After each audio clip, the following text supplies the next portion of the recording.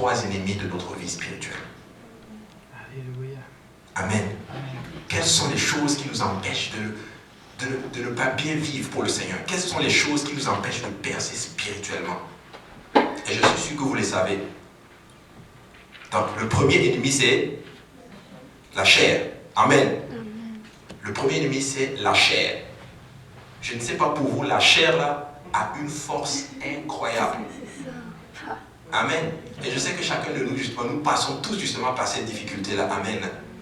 C'est comme des fois, ton esprit est tellement bien disposé, tu veux faire quelque chose, mais ta chair t'empêche de le faire. Amen. Il y a des fois où j'ai envie de jeûner peut-être même 10 jours. Et je ne l'ai pas encore fait. Amen. Des fois tu commences juste un jour. Mais c'est difficile, tu arrêtes. Mais laissez-moi vous dire que la chair lui réclame d'une force incroyable. Amen.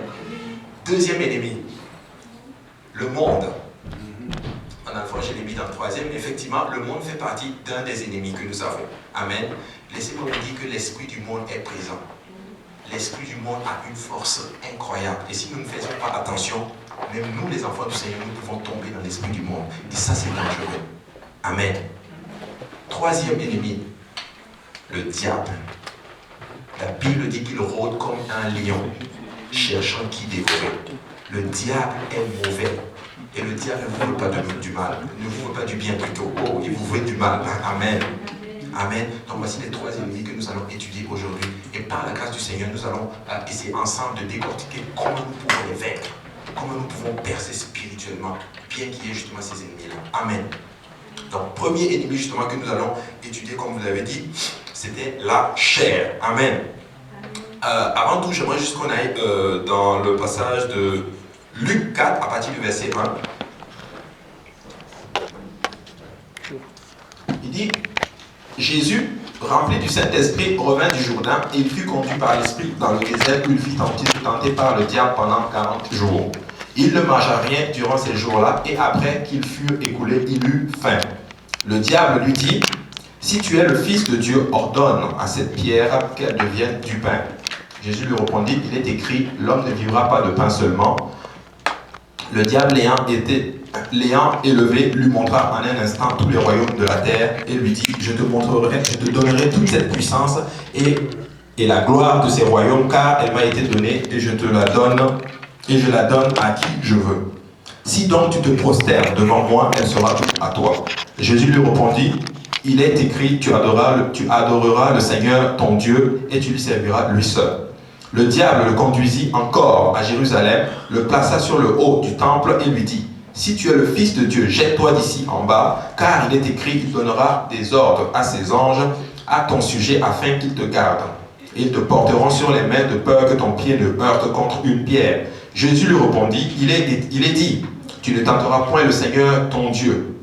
Après l'avoir tenté, de toutes ces manières, le diable s'éloigna de lui jusqu'à un moment favorable. Jésus, revêtu de la puissance de l'Esprit, retourna en Galilée et sa renommée se répandit dans tout le pays d'Alentour. Quel passage! Je ne sais pas si vous avez eu l'occasion, pour ceux qui ont fait un peu l'étude biblique, d'étudier justement le passage. Et j'avais un peu parlé de ça justement à la fraternité. On a étudié cela justement en Purpose Institute. Je ne sais pas si vous connaissez un peu ce qu'on appelle l'harmonie des évangiles. L'harmonie des évangiles, c'est que la même histoire qui se trouve peut-être dans Matthieu, se retrouve aussi peut-être dans Luc, ou dans Marc, ou dans Jean. Mais ce qui est extraordinaire, je ne sais pas si vous l'avez remarqué, mais dans Luc 4, la même histoire se trouve dans Matthieu 4. Extraordinaire. Mais ce que j'aime beaucoup comment Luc, lui, apporte les choses, parce que Luc l'apporte avec beaucoup plus de détails. Amen. Mais il dit ceci que Jésus, au verset 1, il dit que Jésus, rempli du Saint-Esprit, revint du Jourdain et il fut conduit par l'Esprit dans le désert où il fut tenté par le diable pendant 40 jours. Il ne mangea rien durant ces jours-là et après qu'ils furent écoulés, il eut faim. Donc la Bible nous dit que c'est après 40 jours que notre Seigneur Jésus-Christ a eu faim. Je ne sais pas s'il y a des gens qui ont déjà jeûné peut-être pendant 3 jours ici. Mais déjà, après quelques heures, tu as seulement faim. Mais la Bible nous dit que notre Seigneur Jésus-Christ, c'est après 40 jours qu'il a eu faim. Donc en d'autres termes, le premier jour, il n'avait pas faim. Deuxième jour, il n'avait pas faim. Troisième jour, il n'avait pas faim. C'est après 40 jours que sa chair a réclamé de la nourriture. Comment? Ah, pardon. Après 40 jours, sa chair a réclamé de la nourriture. Sa chair a réclamé la substance. Permettez-moi de vous dire que le verset 1 nous disait que Jésus était rempli du Saint-Esprit. Bizarrement, pas bizarrement, mais quand vous allez dans le livre de Colossiens, la Bible nous enseigne que Jésus était la plénitude, disons la plénitude de la divinité habitée corporellement en Jésus-Christ. Donc tout ce qui avait de l'Esprit du Seigneur habitait corporellement dans notre Seigneur Jésus-Christ. Mais la chair a quand même réclamé. C'est-à-dire qu'il avait toute la plénitude de Dieu en lui, mais la chair, à un moment donné, a dit, j'ai faim, il faut que tu me donnes à manger. C'est pour parler de la force et de la puissance de la chair. Amen. Amen. Nous avons des désirs, et ces désirs ne sont pas forcément mauvais. Le fait de manger, ce n'est pas forcément mauvais. Le fait même d'avoir des désirs, je peux même aller dans des désirs sexuels, ce n'est pas forcément mauvais. Nous avons été conçus ainsi. Mais le Seigneur nous amène justement, veut que nous consommions justement toutes ces choses-là dans un cadre bien précis. Amen. Amen. Mais la Bible nous dit qu'étant rempli du Saint-Esprit, après 40 jours, il a eu faim. Amen. Il a eu faim. Maintenant, après avoir eu faim, qu'est-ce qui s'est passé justement? Le diable se présente et le diable lui propose ce dont il a besoin. Voilà une des tactiques justement de l'ennemi. L'ennemi va toujours se présenter pour nous présenter ce dont nous avons besoin. Je ne sais pas quels sont vos problèmes ici, en ces lieux. Peut-être que ça peut être un problème de finances, problème de santé, toutes sortes de problèmes que vous pouvez imaginer. Laisse-moi te dire que le diable va venir te le proposer. Amen. Amen. Mais je vais vous dire une chose. Nous ne refusons pas, il ne faut jamais refuser de l'aide, d'où qu'elle vienne. Mais s'il y a une aide que tu peux refuser, c'est l'aide du diable. Amen. Amen. Amen. Ne prends jamais l'aide du diable.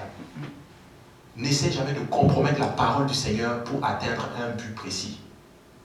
Ne mens jamais pour atteindre une chose que tu veux. Amen. Amen. J'ai vu des gens qui ont monté des dossiers et qui sont allés voir l'immigration leur dire que ce dossier était faux. Sous la conviction de l'Esprit du Seigneur, bien sûr. Amen. Donc je dirais que c'est très très très important justement d'être dans l'Esprit du Seigneur. C'est très important de reconnaître quels sont les besoins justement de notre chair. Mais comment nous allons réussir justement à vaincre ceci? Il faut que notre chair soit soumise à l'Esprit que nous avons reçu. J'espère que vous avez tous reçu l'Esprit du Seigneur. Amen. Amen. Nous avons tous reçu l'Esprit du Seigneur, mais nous sommes appelés tous les jours à crucifier cette chair que nous avons. Paul dira ceci, j'ai été crucifié avec Christ. Qu'est-ce que ça veut dire? Ça veut dire que tous les jours, il essaie de conformer justement sa pensée. Il essaie de conformer justement tout ce qui est en lui à la pensée du Seigneur Jésus-Christ. Il essaie d'avoir les mêmes désirs que le Seigneur Jésus-Christ. Pourquoi? Parce que quand l'Esprit du Seigneur vient habiter en toi, l'Esprit du Seigneur vient avec ses désirs. En d'autres termes, l'Esprit du Seigneur, c'est Jésus lui-même qui vient habiter en toi et avec ses désirs. Amen. Amen.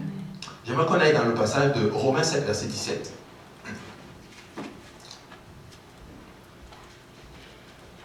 Il dit, nous savons en effet que la loi est spirituelle, mais moi je suis charnel, vendu au péché. Ça c'est Paul qui écrit. Il dit, car je ne sais pas ce que je fais, je ne fais point ce que je veux, et je fais ce que je hais. Ça c'est Paul qui écrit. Il dit, je fais ce que je hais. C'est-à-dire ce que je n'aime pas. En d'autres termes, c'est ce que je fais. Romains 7, verset 14 à 15. À partir du verset 21, il dit ceci. Il dit, je trouve donc en moi cette loi. Quand je veux faire le bien, le mal est attaché à moi. Car je prends plaisir à la loi de Dieu selon l'homme intérieur. Mais je vois dans mes membres une autre loi qui lutte contre la loi de mon entendement et qui me rend captif à la loi du péché qui est dans mes membres. Misérable que je suis, qui me délivrera de ce corps de cette mort, du corps de cette mort? Grâce soit rendue à Dieu par Jésus-Christ notre Sauveur. Ainsi donc, moi-même, je suis par l'entendement esclave de la loi de Dieu et je suis par la chair esclave de la loi du péché. Quel passage! J'ai lu ce passage plusieurs fois, je ne l'avais pas compris. Jusqu'à un moment donné que tu commences à expérimenter justement la chose toi-même. Je vous dis, ce que tu as envie de faire pour le Seigneur, c'est comme si la chair ne veut pas que tu le fasses. Comment se fait-il que nous nous retrouvons à faire des choses que nous n'avons pas envie de faire? Je ne sais pas pour vous, moi j'ai suivi les journaux. Je ne sais pas qui connaît DSK ici, Dominique Strauss-Kahn. Je ne sais pas si vous savez ce qui est en train de lui arriver en ce moment. Mais j'ai lu. Mais cet homme était complètement comme vendu comme au diable. Ce qu'on appelle justement le plaisir de la chair. Il est là. En fait, j'ai l'impression en fait, qu'il était comme fou. Amen. Il était comme rendu fou. Pourtant, les sondages parlaient de lui comme étant un homme intelligent, un homme brillant. Le futur président français. Comme un futur président français. Béni soit le Seigneur. Vous imaginez d'avoir un président comme ça?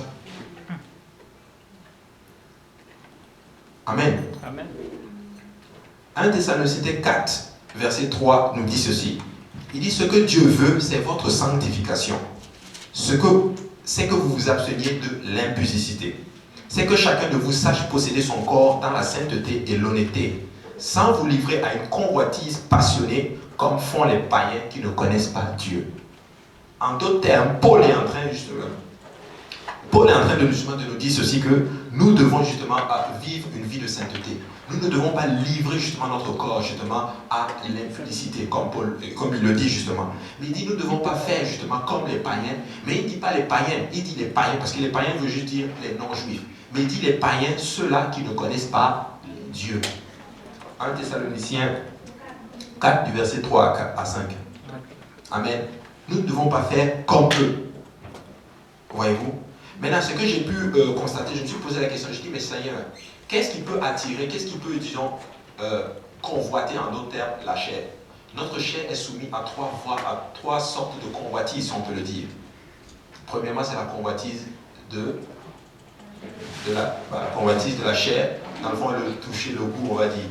Deuxièmement, la convoitise des yeux. Et troisièmement, ce qu'on appelle l'orgueil de la vie. Et ça, on peut le voir dans le livre de Genèse. Le diable il est passé par ces trois voies-là pour faire tomber Ève, justement, dans la convoitise de la chair. Amen. Et des fois, justement, il va mettre devant nous, justement, des choses dont on a envie de voir. C'est pour ça, peuple de Dieu, nous devons faire attention à ce que nous regardons. Nous devons faire très, très, très attention à ce que nous regardons. Peu importe l'état spirituel dans lequel tu es, nous devons faire attention à ce que nous voyons.